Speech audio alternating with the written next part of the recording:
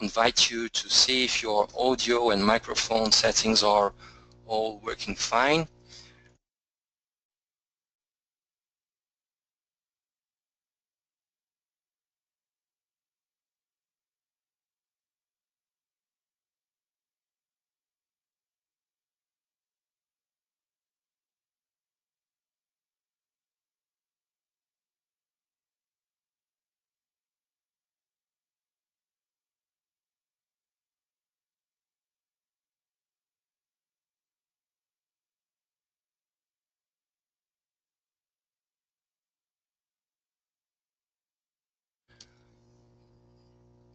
Well, guys, I hope you are listening to me.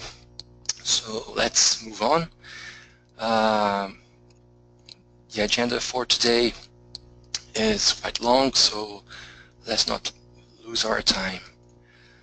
For those who are still discovering RegionsAdapt, it's an initiative launched at COP21 in Paris in December 2015, and we have still keep on growing since then, reaching nowadays 69 members.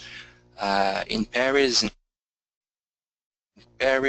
COP21, RegionsAdapt was launched by 27 regional governments from all continents, and by joining RegionsAdapt, each regional government basically adheres to 3 commitments, which are the following: to develop or review a statewide strategic approach, a statewide plan on climate adaptation within 2 years of joining the initiative. The second commitment is to take at least 1 concrete action among the 7 key priority areas of our initiative. For those who don't know these areas, they are well reported in all our documents, also in our website. And finally, to report annually your efforts on climate adaptation through CDP's States and Regions platform. So what you are going to see today, what we're going to share with you all today, is the findings of this first report that we carried out in 2016, thanks to support of CDP. Okay, so before we start covering all this, I would just like to invite my colleague, Natalia Vera, who is the coordinator of NRG4SD. For those who don't know NRG4SD, it stands for the Network of Regional Governments for Sustainable Development, and it's the network serving as RegionsAdapt Secretariat from the very beginning, from its launching. Without NRG4SD support, RegionsAdapt wouldn't be possible, and so I would like to invite my colleague Natalia Vera in case she would like to share with you a few words about the activities and all the services that NRG4SD offers to its members. Yes, thank you, Joan. Indeed, a few minutes, because as you said before, the agenda for today is long, so I would not like to take too much time from you. So first, it is a great pleasure to participate in this online meeting in representation of NRG4SD, as you said, the Network of Regional Governments for Sustainable Development, which acts indeed as the Secretariat of the RegionsAdapt initiative. So for those who already know us, I will not be telling anything new, but I guess there are many RegionsAdapt members that do not know us yet. So I would say that we are a non-profit international association working since 2002, so already 15 years ago we started working with some national governments. Our main aim is, on the one hand, to foster cooperation and exchange of best practices between regional governments from across the world, always in the fields of climate change, sustainable development and biodiversity, and also to play an advocacy role before the UN agencies where we are accredited to, that is the UNFCCC, the CVD, the UNEP or the UNDESA, and there what we want to do is to raise the voice and visibility of regional governments who most of the times have very inspiring experiences that could be taken as example by national governments and also by locals. So this is mainly what we do. We develop these tasks through, for instance, the RegionsAdapt initiative, but also we have another initiative similar to RegionsAdapt in the field of biodiversity, which is called Regions for Biodiversity. So I seize this occasion to invite all the RegionsAdapt members to also join us in this Regions for Biodiversity initiative that we just launched last month in Cancun in the framework of the CVD COP13. And we have special services to our members, such as the Visiting Experts Program, where we as an organization fund members to exchange and learn from each other. And in that sense, what we enable is an expert from one south country to stay for a month or so in a north region or south region to learn and improve capacities.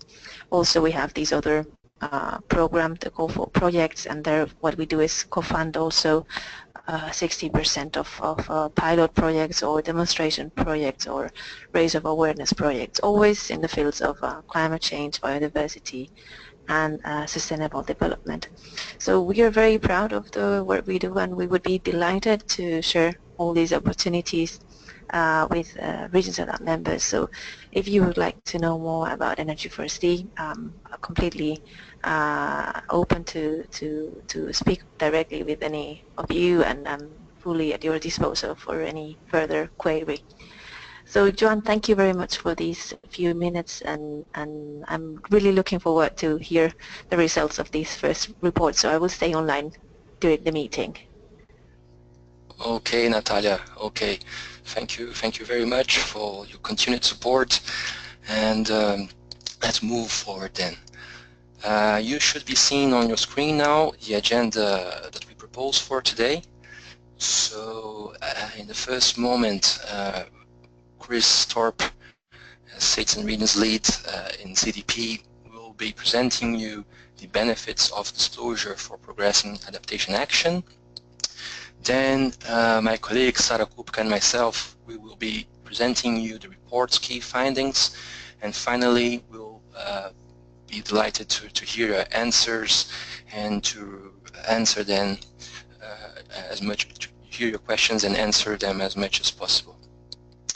So before we start, and before I give the floor to Chris, I would like to thank CDP very much.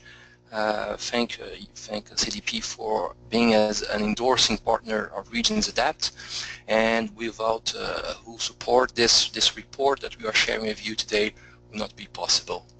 I also would like to thank the Climate Group, who has intermediated this partnership and is also another endorsing partner of RegionsAdapt. I hope we will be able to at the end of this meeting also address any question you may have in how to become a partner of RegionsAdapt. We are open to all these jurisdictions between the local and national governments, but we include in our initiative as well as what we call technical partners and financial sponsors. So this is something we can discuss later on today as well. Okay, so now I'd like to give the floor to Chris Thorpe, States and Regions Lead from CDP, who will be sharing some expertise with you today.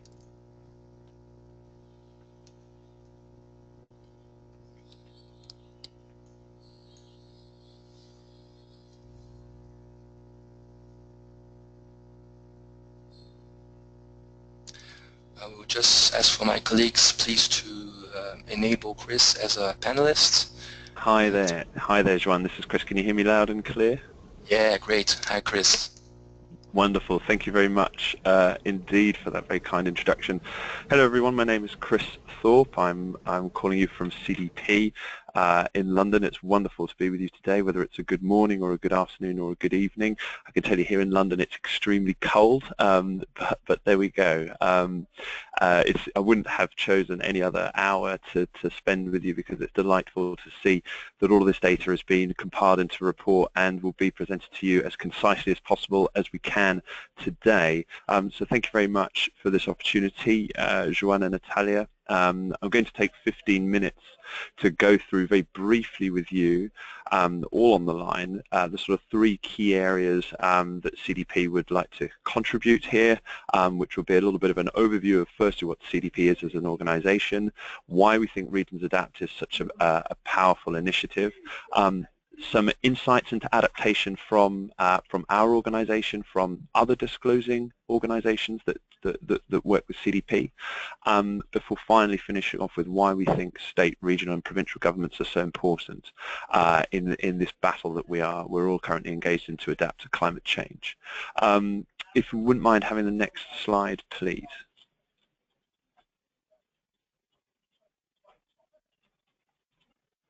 Thank you very much. So just to briefly introduce CDP, we're an international not-for-profit that's based main centres in New York, in London, Sao Paulo, Berlin, and indeed Hong Kong and Tokyo. And we provide a global disclosure system that's used by a lot of different organisations of different sizes. So here you can see we have listed the companies, city governments, as well as the state and regional governments that use CDP's system every year to disclose. And the process of disclosure is through an information request that we send out to these organizations that contains vital environmental information. And we request a response to this information every year. And we make this information available to investors to improve the way in which they purchase and finance their organizations. In 2016, the system was used by over 100 states and regions, which is wonderful. Sadly, we haven't been operating for quite the level of time as NRG4SD, who really have been here and have been doing great work for well over a decade now. Our work with state and regional governments is in its third year now, but we have been working with companies since about 2000 and with city governments since about 2009.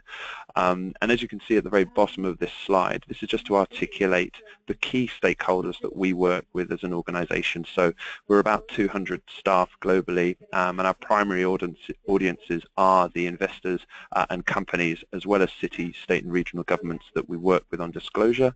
We then make this data, information, action that we see reported every year available to the following agencies as well as others, but I've just listed the big ones here. So the UNFCCC, Bloomberg terminals as well, and research partners such as you've got here today, this report that I hope you will download and read, as well as sort of city networks such as C40, and as Joanne mentioned, we also work with the Climate Group as well.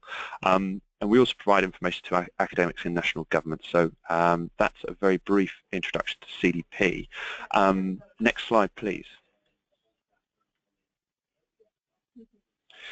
So firstly, what is the importance of disclosure for adaptation, and why has CDP been doing this for so long, and why are we indeed partnering with NRG4SD to support RegionsAdapt from 2016 and onwards?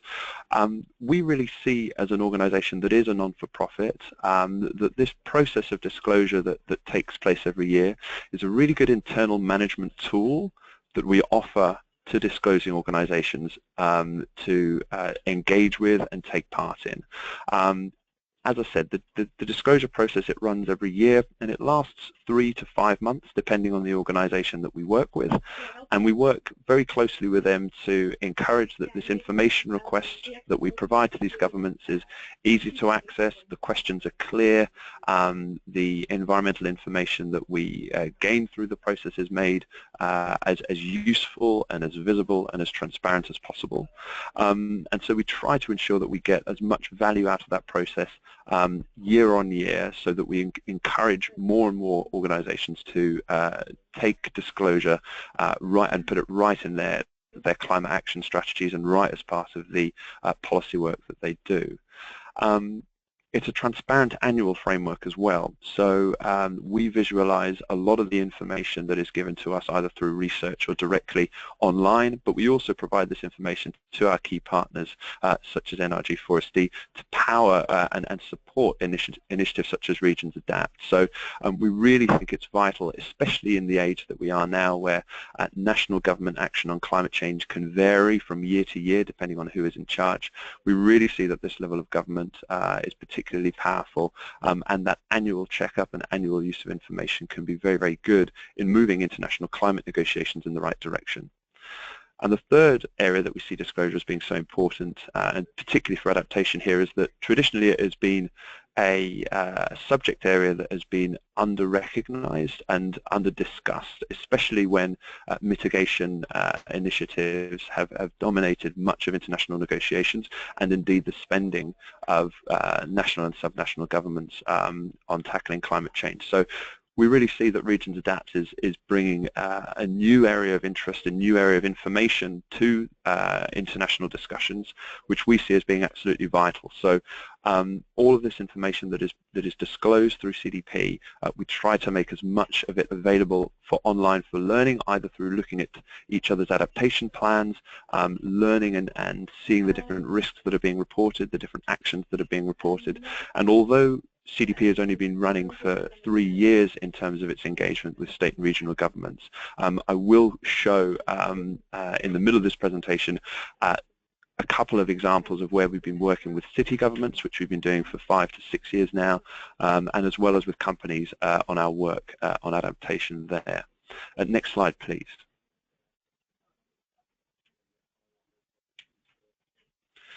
So here is the very first example that I wanted to take you through, which is the very middle of my presentation, which is about adaptation insights that we get from our disclosing cities. So we wrote a report the year before last that analysed over 100 city responses to CDP, and we cross-examined this with the companies that are based in those cities that are also disclosing through CDP. And the key findings of the report are, as you can see here, that I've listed on the left-hand side, that more than 3/4 of the cities that disclosed through CDP recognized that climate change threatened businesses in their cities.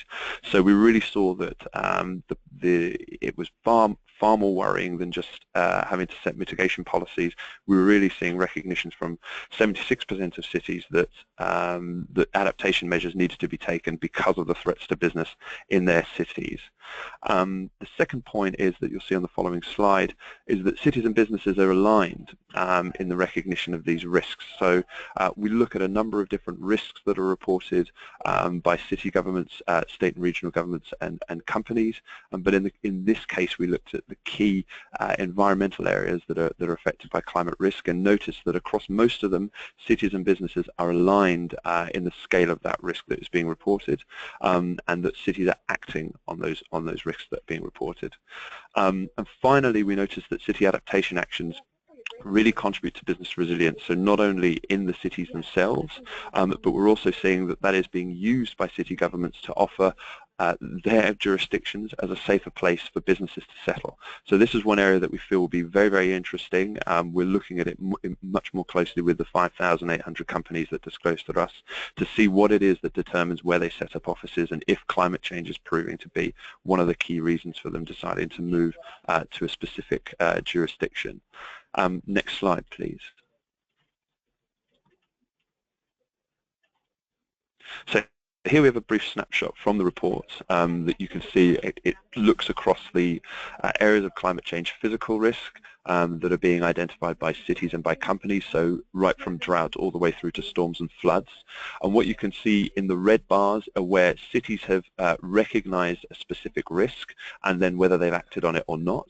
And on the left-hand side, you can see risks that companies have recognized in the city but have been missed by the city government. So you can see that the largest area of climate change risk recognition is the bottom with the storms and floods.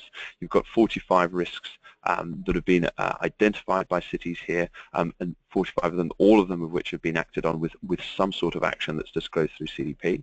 But then you've also got an additional 23 on average that are not recognized by the city. So that's actually quite a high level of risk that is being not noticed at about 50% when you compare it to those recognized recognized by cities with actions.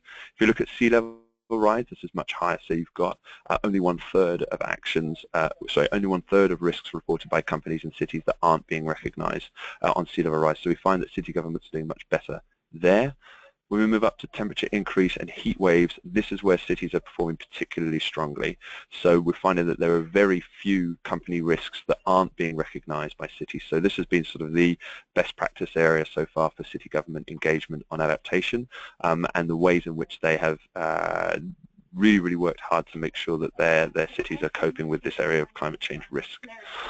Then on the top two, droughts, and then also the intensity and frequency of rainfall, we can see that this is again two more areas that cities really need to work on, because they've got almost a 50-50 risk miss in the frequency and intensity of rainfall, 11 being recognized by companies and 15 being recognized by cities. And then drought, it gets even worse. So we're getting companies reporting far more unrecognized risks compared to those being recognized by city action. And if you want to get a little bit of a further insight on this, please do go ahead and read the full report. And we try to bring out some of the examples of the report, as I've done here on the right-hand side with the example of San Diego. Next slide, please.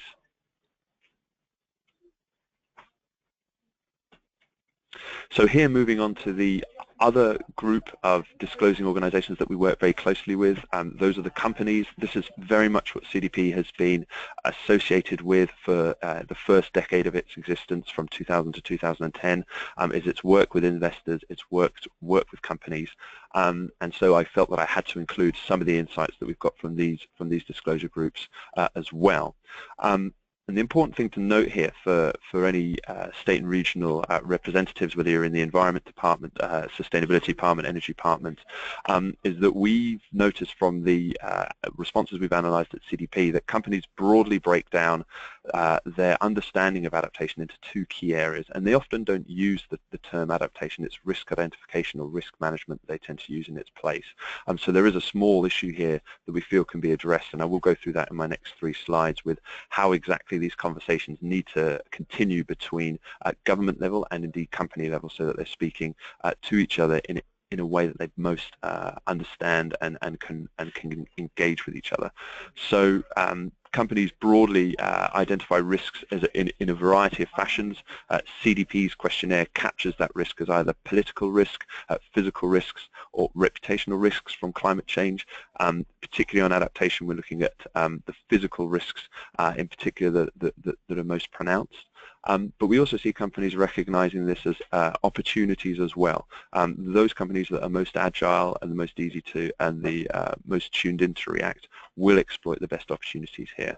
And in the top right-hand side of the slides, you can see that companies are very good at recognizing risks that could stem from policy.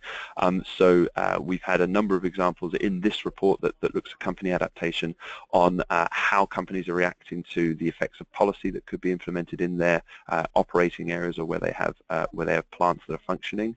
And it's really interesting to see that they broadly see it both as a risk as well as an opportunity. Next slide, please.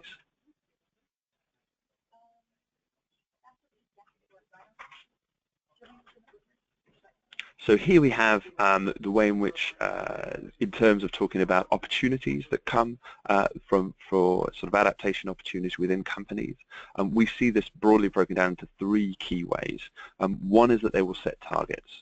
This is a key area of work that we've been working with NRG4SD on at the state and regional level. How can we look at adaptation in terms of target setting? What can we see as best practice?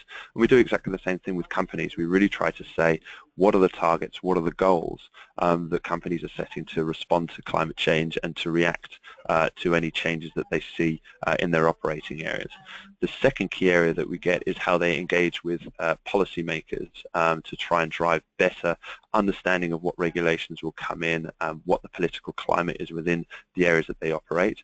And so this would be one of my key takeaways to encourage state and regional governments to look for through 2017 and 2018 is, are there channels within your own jurisdictions where you can improve the way in which you connect, engage on adaptation with the key employers within your jurisdictions. Finally, the key sort of insight we have here as well in how companies are adapting is that they're developing new products. They're developing products that will use less water if they're traditionally that's been a high area of exposure for them, or they're developing products that will have less resources more broadly. So we had a number of companies in this report disclosed through CDP, particularly talking about the product development phase and how much they invest in conceiving new products that have less of a strain on the environment and therefore insulate them against any political risks as well as the physical risks that come from climate change. And over here on the right hand side, Nestle, obviously based in Switzerland, a huge multinational corporation, and there's a lot of information about them in the report, as well as Cummins Inc. as well. So I would encourage you to take a look at this report as well. Next slide, please. Finally, this is my penultimate slide.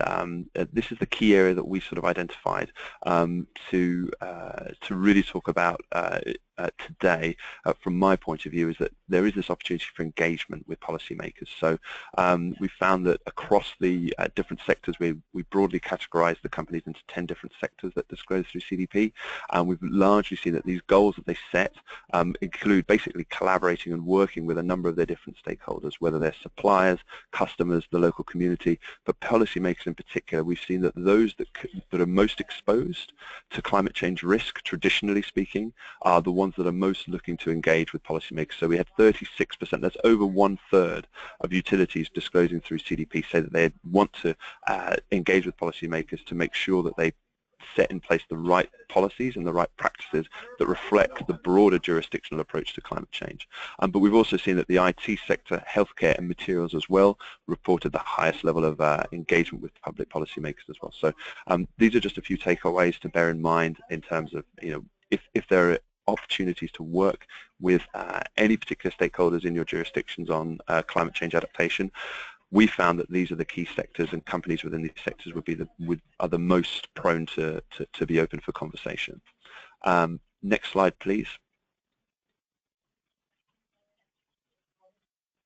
And this, I hope I've been as quick as I could through these slides, but this is my real takeaway slide. And what we've noticed in only our 3 years of working with organisations such as NRG4SD and the Climate Group on their high-profile work with state and regional governments is that these governments really are experiencing high levels of climate risk across their jurisdictions. It's not happening in 10 years' time or 20 years' time. It's happening now, and it has been happening for the last 5, 10, 15 years, and it may have gone unnoticed by national governments. So we really think that the importance of this level of government acting is it could not be higher. The second point here is that refreshingly compared to the other disclosing organisations that we work with as an organisation, we notice that state and regional governments, depending on their location globally, can have significant regulatory and legislative powers to influence change within their territories, which is really, really important. We do know that the political will is absolutely crucial for action, and that's why we see initiatives such as RegionsAdapt as so powerful in bringing that recognition, political leadership to light and encouraging the correct sort of climate action to deal with the problems that we're all facing. And finally, this participation in this initiative is exactly what we need to raise this thematic area across the globe. We've had the UNFCCC come to us as an organisation and say, what can you give us on adaptation action, adaptation change? What data can you give us to support our work and our engagement with national governments? And to date, we've been able to give them not as much as we would have hoped, but with initiatives such as RegionsAdapt, it's bringing this adaptation information really into the mainstream. And so I'd like to congratulate NRG4SD for the excellent first year that they've had. And I'll be remaining on the line for any questions you might have at the end of the call, but that's all from me, Joanne and Natalia. Back to you guys. Thank you, Chris. Thank you very much for everything you shared and your continued support. As Chris was saying, the aim of RegionsAdapt is to leverage the contributions that regional governments offer to climate adaptation. So by doing this, RegionsAdapt became the first global initiative to encourage these regional governments to take concrete action, to cooperate and report their efforts on climate adaptation. So moving forward to the key findings of this report, before we start to dive in, Just to tell you that we had 27 disclosing governments from all continents, which successfully reported into CDP States and Regions platform sections 1 and 5. Section 5 is exactly that, related to risks and adaptation. And these 27 governments are comprised of 14 governments of the Americas, 10 of which are Latin American, 7 governments from Africa, 3 governments from Asia and Oceania, and 3 governments from Europe. As you will see, this presentation will follow the subsections that are included in CDP's risks and adaptation section, which are physical risks from climate adaptation, climate change, sorry, the risks related to water supply, and socioeconomic risks. Okay, all of these risks and actions, they were classified into different levels of risks and also different expected timescales. So which are the following to what concerns level of risks. We had 4 categories: less serious, serious, extremely serious, and other. Okay, and also we had 4 categories for expected timescales. So current, when the region is already experiencing the identified effect from climate change, just as Chris said, this is already happening all over the world in our territories. So current is the first expected timescale. Short term, when this is the region expects to experience this effect from now by 2025 to 2025. Medium term, when this expectation is set to occur between 2026 and 2050, and long term, when the expected impact from climate change is expected to happen after 2051. Additionally, specifically for this report, we had to include the expression "not defined" when governments did not provide any time specification. Okay, so I'm gonna give the floor to my colleague Sara Kupka, who will talk to you about the key findings on the physical risks section. The floor is yours. Hello everyone, I also welcome you and thank you for your attention. So I will talk about the physical risks. What is to say at the beginning is that all of the 27 regions who disclosed through the platform presented that they are facing significant physical risks to their territories. To identify their needs and to assess the risks, the majority of these regions have already carried out a vulnerability assessment, or they have one in progress, which shows that these governments are well aware of the need to prepare for the impacts of climate change. In total, 128 physical risks from climate change were reported by these governments. They are separated into 17 categories, and in our report we combined certain categories for the sake to not be too long. So for example, more extreme and frequent rainfall events as well as more intense rainfall events were combined in one section. Most of the risks reported were considered as either serious or even extremely serious, and climate change to these regions is a relatively immediate threat. 20% of the risks are already experienced by the regions, 23% will occur within the next 10 years, and 30% will occur in the medium term, which is only a time scale of 1 generation. The main concerns for the regions relate to more frequent and/or more intense droughts, followed by more frequent and or more intense rainfall events, and the change in the seasonality of rainfall. In order to anticipate these impacts, adaptation strategies are clearly needed, since, as I said before, climate change is already experienced by some regions. To do this, 67% of the regions who reported have already an adaptation plan, which is a good thing, but on the other side, what can be seen from this is that there are governments that still need to develop plans to effectively respond to the effects of climate change. Reasons for not having an adaptation plan yet were lack of economic and human resources and lack of cooperation between different stakeholders. In total, more than 150 adaptation measures were reported, which shows that regions are focused to mitigate climate change effects and in order to protect territories and their populations. The number of risks reported, which are already addressed by adaptation actions, correlates mostly with the number of risks reported.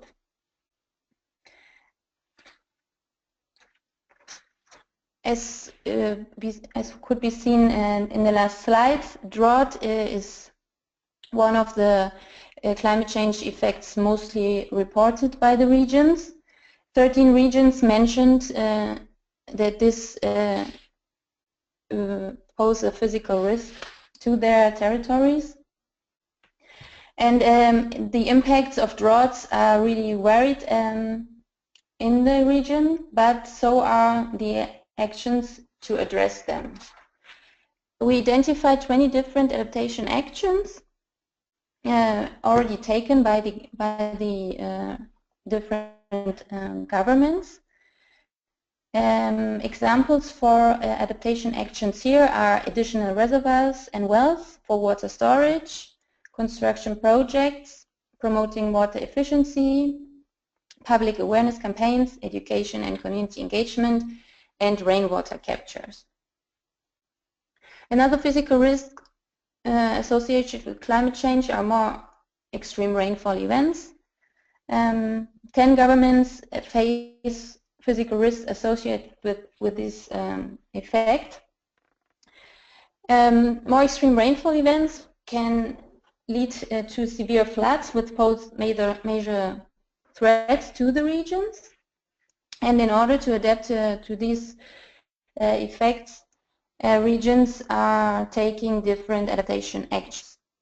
Examples here are improved weather forecasting and warning dissemination, stormwater capture systems, again engaging the community, for example through training or through social networks and the internet in case of flash flood alerts, for example. Ensure natural soil capability of water retention is also an important step in order to adapt to more extreme rainfall events. This can be done through sufficient space for water stream and limiting the extension of sealed area, for example. Another important action would be to build resilient infrastructure. The third example I want to share from our report is the physical risk of warmer conditions. We combined here the categories of heat waves, more hot days and hotter summer, and 12 regions that disclosed through the platform reported that they will face risks associated with these conditions. So the heat waves will become more frequent and more intense, summers will become more hotter, and hot days occur more often. This will not only affect the environment, but poses also a major threat to local population, especially for vulnerable people like elderly people. Adaptation measures here were 33 that were identified. And some examples are educational messages to the population, for example, about water availability or advice about cooling centers and water stations. Another example would be crop irrigation optimization, the reinforcement of the health sector, disease prevention measures, and air quality measures. So these were three examples from our report about physical risks and their adaptation actions taken by the regions. I will now give back to Joanne, who will continue with a risk to the water supply of the regions. Thanks a lot, Sarah. Thanks a lot. So after the physical risks that Sarah just presented you, we are going to see the risks related to water supply and other socioeconomic risks very quickly. Among the risks that the government reported, before saying this, I must tell you that only 23 of the 27 governments reported to this subsection. So it's why we are talking about 23 governments in this specific section related to water supply. But then in this new universe of 23 disclosing governments, as you can see, 19 of them substantive risks to water supply. In the graph being disclosed in your screen, you can see the most common risks that have been reported by each government.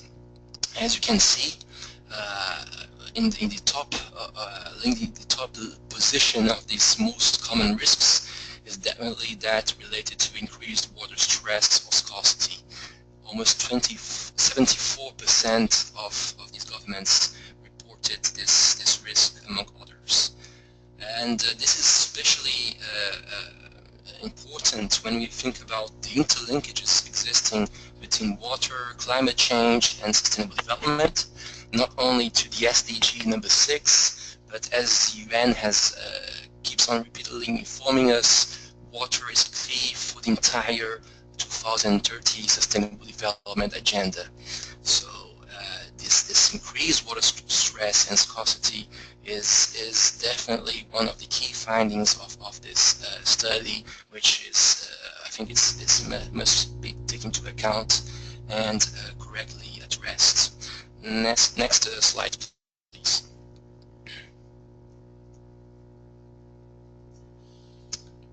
So having focused on the specific risk of water stress and scarcity, as we said, almost 74% of disclosing governments in this area of water stress reported this, which means 14 out of the 19 who foresee substantive risks to water supply. And then among these 14 governments, 13 of them declared that the level of risks is serious or extremely serious. And also among these 14 governments, again, 11 of them reported a time scale that varies between current, short, or medium term. And again, in this specific field of interest, I would like to call your attention to two governments, Catalonia and Rio de Janeiro. Both of them reported this increased water stress or scarcity as one of the climate change impacts currently undergoing in their territories, and both of them reported this risk as extremely serious.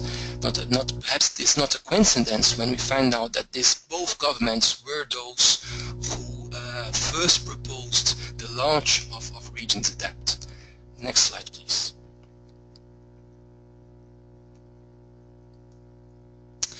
Now talking about the adaptation actions related to the risk of water supply, as you can see in this graph, these actions are very diversified.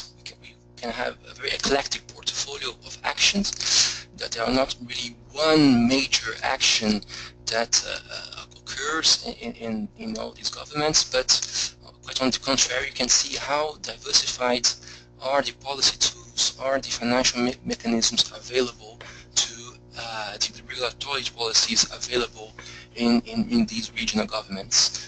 Just a matter of illustration, you can see that these actions vary a lot, and they range from conservation awareness and education to efficiency regulations or standards, investments, and increased infrastructure.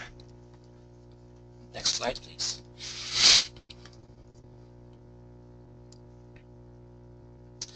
Now talking about the socioeconomic risks, just reaffirming what Chris already said when he presented some findings about the companies, about the cities. As you can see, the results that we found in regional governments are aligned to what these findings. They reaffirm what has been said. As you can see, most regional governments that disclosed through CDP's platform also are already facing or expect to face social risks as a result of climate change. This is the great majority of the disclosing governments. The same occurs for these governments seeing climate change as a threat to business, as Chris was just talking about earlier before. And then inside these categories, inside these social risks as a result of climate change, there are, as you will be able to see in the report, there are several interesting figures as well. As you can, for example, the one that Sarah also mentioned, the increased risks to already vulnerable population, for example, the elderly and children. So it's what's being disclosed in this graph, and you will be able to see as well there are several other risks, just for example, the increased prevalence of disease related to climate change that have also been mapped and are included in our report. So I think I'll give the floor again to Sarah, to my colleague, who will talk to you about the 10 recommendations that we foster based on the findings of this report. Thank you, Joan. So as we have seen, the regional governments have shown great ambition in their adaptation actions and addressing their needs that arise from climate change. But there is still a lot to be done, and that is why we developed, also as a result of this report, the following 10 recommendations for the future. So we have carry out vulnerability assessment in order to understand physical, social and economic vulnerability to climate change, and in order to identify adaptation measures. Develop a strategic approach to adaptation and prioritize adaptation actions.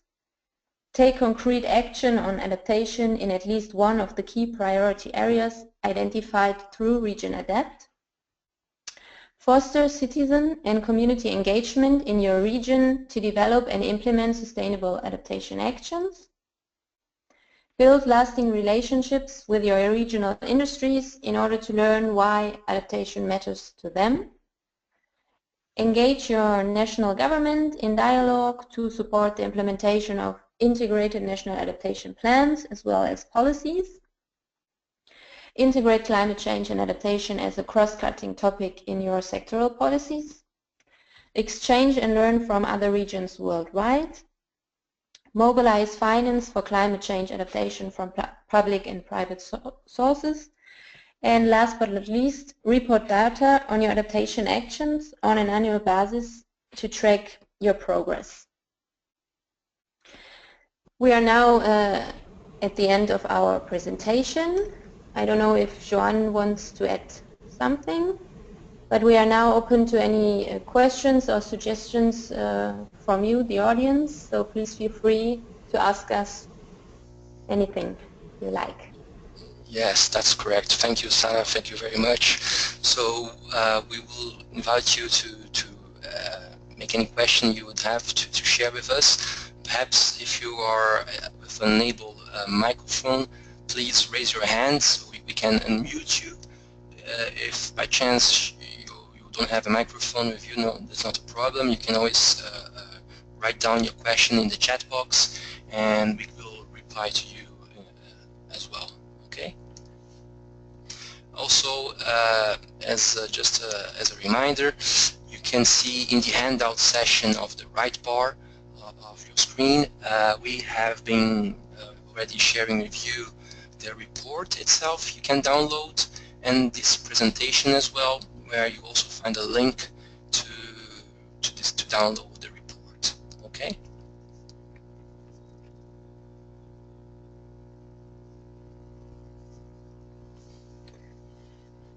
So, Joan, I think there is a question for you from Lara Lazora Utuza. She said, thank you for the presentation. Could you please explain the climate finance mechanisms mostly often used in water adaptation, especially for floods? Thank you. Sorry, could you just repeat at the end of what you said? The financial mechanisms to what, sorry? Mostly often used in water adaptation, especially for floods. Okay, great. So, well, first of all, thank you for your question.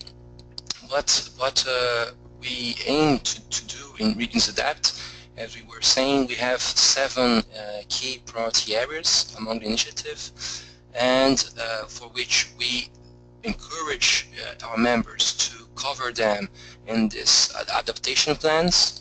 Also, it's among the 7 areas that we encourage governments to take at least one concrete action. But then also what we share as an additional service to members is working groups about these 7 areas. So one of these areas is exactly the one that we are talking, water resources management. And these working groups are aimed to encourage governments to be represented by their technical staff, where these persons can exchange information, where they can try to find common standards of good practices, and also run common projects. The group on water resources management has been launched in March last year, is active, and we are now at this phase of developing common projects that could be applied in specific call for projects throughout the world. So to answer your question, we would invite you to take part of these meetings, these online meetings of these working groups, which are open to all. You can participate as a technical staff from the university, for example, and we are in this current moment mapping these funding opportunities that vary a lot depending on your geographical location or the topic that you are covering in your project. So, for example, in relation to flood, I don't know if this person is still with us. He was in the beginning of the call, but I know he had to leave earlier.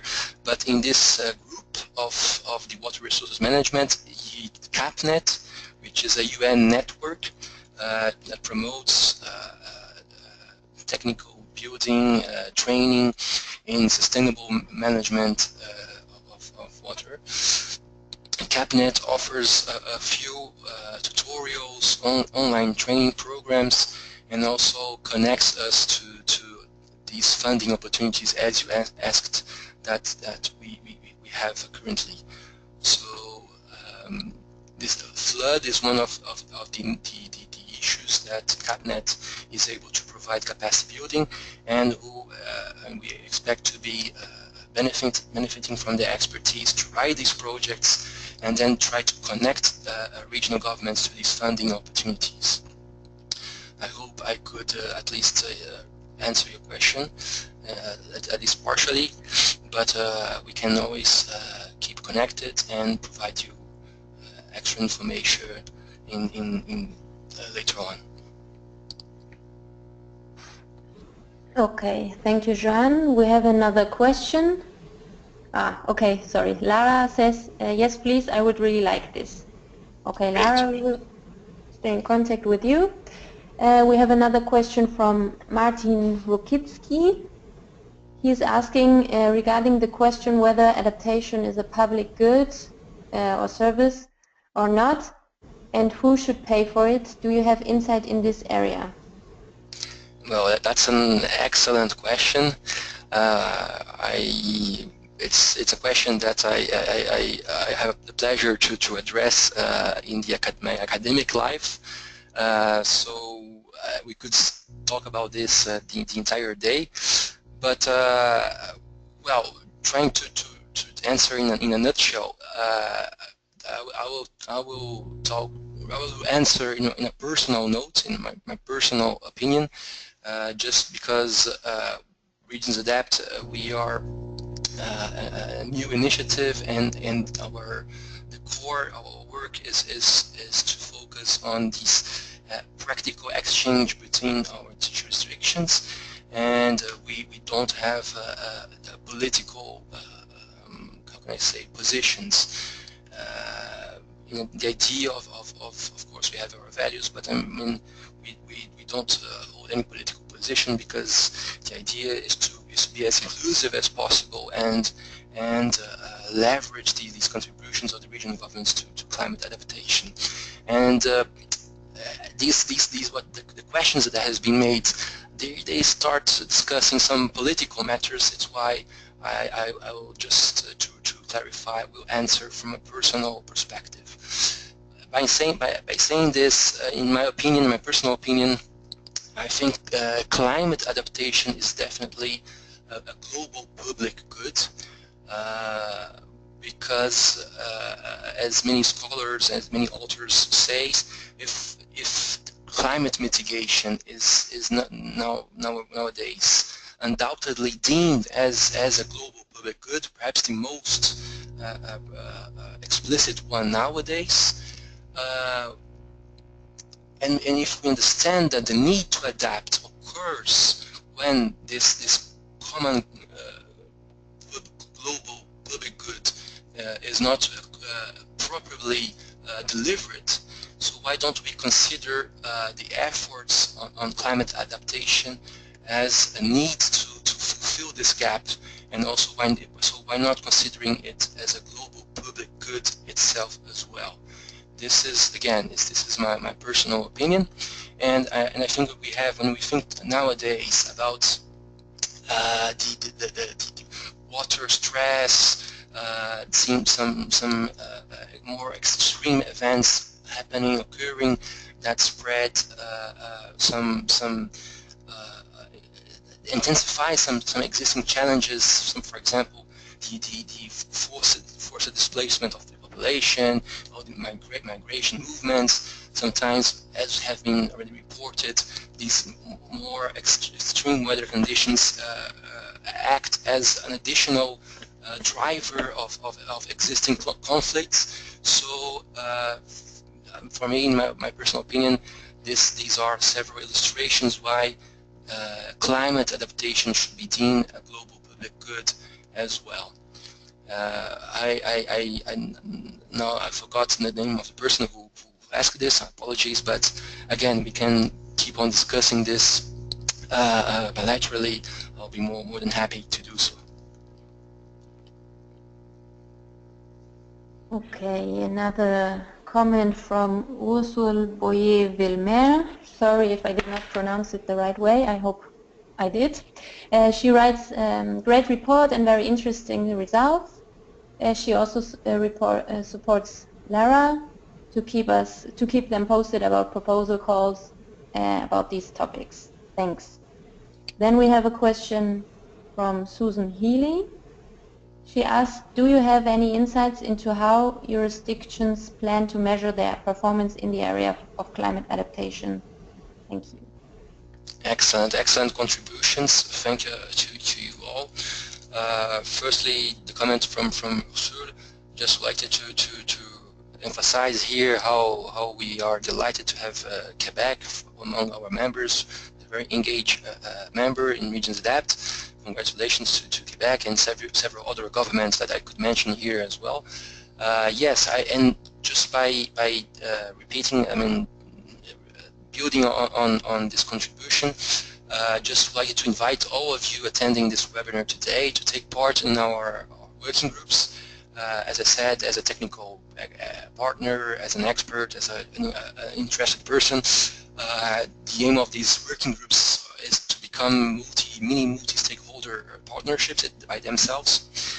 And so please, also, if you have any funding opportunities that you think could match the initiative, please, we will be, of course, happy to exchange information and working together. In relation to the last question, excellent question as well. If the governments have these how can we say, these indicators to measure their ability in their adaptation efforts, yes, we have some members who already have this expertise, and they have them, for example, in specific fields. The one we were just talking about, the water resources, and you have also other governments who have a macro number, let's say like this, that gives you a figure. In one glance, you can see more or less how is this government addressing climate adaptation in one index comprising a series of indicators. And as an example, I can provide you, Catalonia has this has a Catalan adaptation index functioning as just as I described, gathering several indicators on several key areas. So yes, to reply your question, this already happens in a few locations.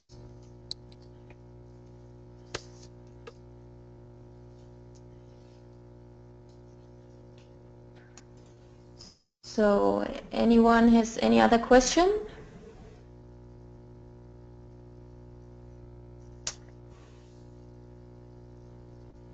No, Joan? No? Okay. Oh, wait. Thanks very much, Susan says. Okay. Thank you for your participation, for your interest in the initiative. Perhaps, Sara, we can move to the last slide when we disclose, we share our contacts. So if anyone would like to have more information, please access our website, write us, and it will be wonderful to have you on board as well. If no one has any other comment or question, please allow me to thank once again NRG4SD for all its support to RegionsAdapt. Without NRG4SD, this initiative would be impossible, and we're very happy that to have to be able to build on the expertise of this network that already exists for more than a decade, and to benefit from its services as the Secretariat for RegionsAdapt. I also like to for its continued support. As I said earlier, without CDP support, this report and this webinar today wouldn't be taking place. I also like to thank all our additional endorsing partners, our technical partners, those who we are just partnering these very days now, starting to work closely and with an inspiring potential to work together in concrete projects this year ahead. Well, and thank you to all of you. Thank you also for those who might be discovering the initiative today. As we said, we are a new initiative on climate adaptation, and we are open to all those interested in working with us.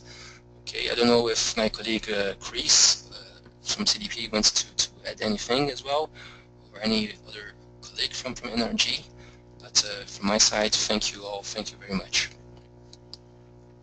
Thank you, Joan, as well. Thank you very much indeed all.